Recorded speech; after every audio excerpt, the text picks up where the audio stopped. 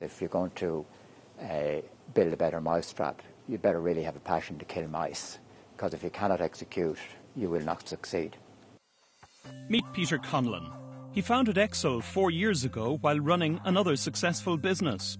His technology will feature in next year's must-have consumer goods like phones and portable music players, making them smaller and smarter. When you're that focused on the future, you can't stand still. This is a relatively new sport, Nordic walking.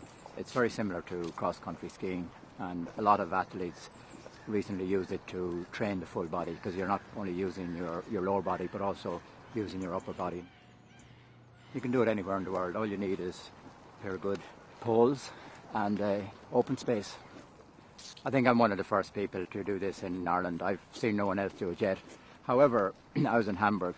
There was no one doing Nordic walking 6 months ago. Now there's many, many people doing it around the lake. I think in business as well, you need to be very much a pioneer. Ideas come from all over, from new consumer trends, say in Japan or the United States or in Europe. I would think what we are is we're innovative entrepreneurs. And I don't really want to tie that to innovation of products, but more introducing new products to new markets effectively and profitably. We're involved in making all of your common consumer devices smaller and more functional.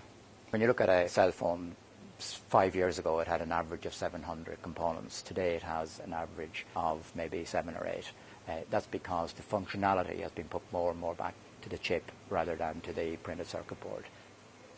Research and development is the lifeblood of our company. And a very good example is that almost 50% of our revenues next year will be from products which are still under development this year. We do a lot of speculative research and development, which, sometimes it works, other times it doesn't. The success factor is getting the 50% that works right. Any time is a good time to start a business. My advice to someone who's thinking of starting a business, don't be waiting for the next upswing or the next curve. It always takes twice as long to achieve what you plan to achieve, so start early.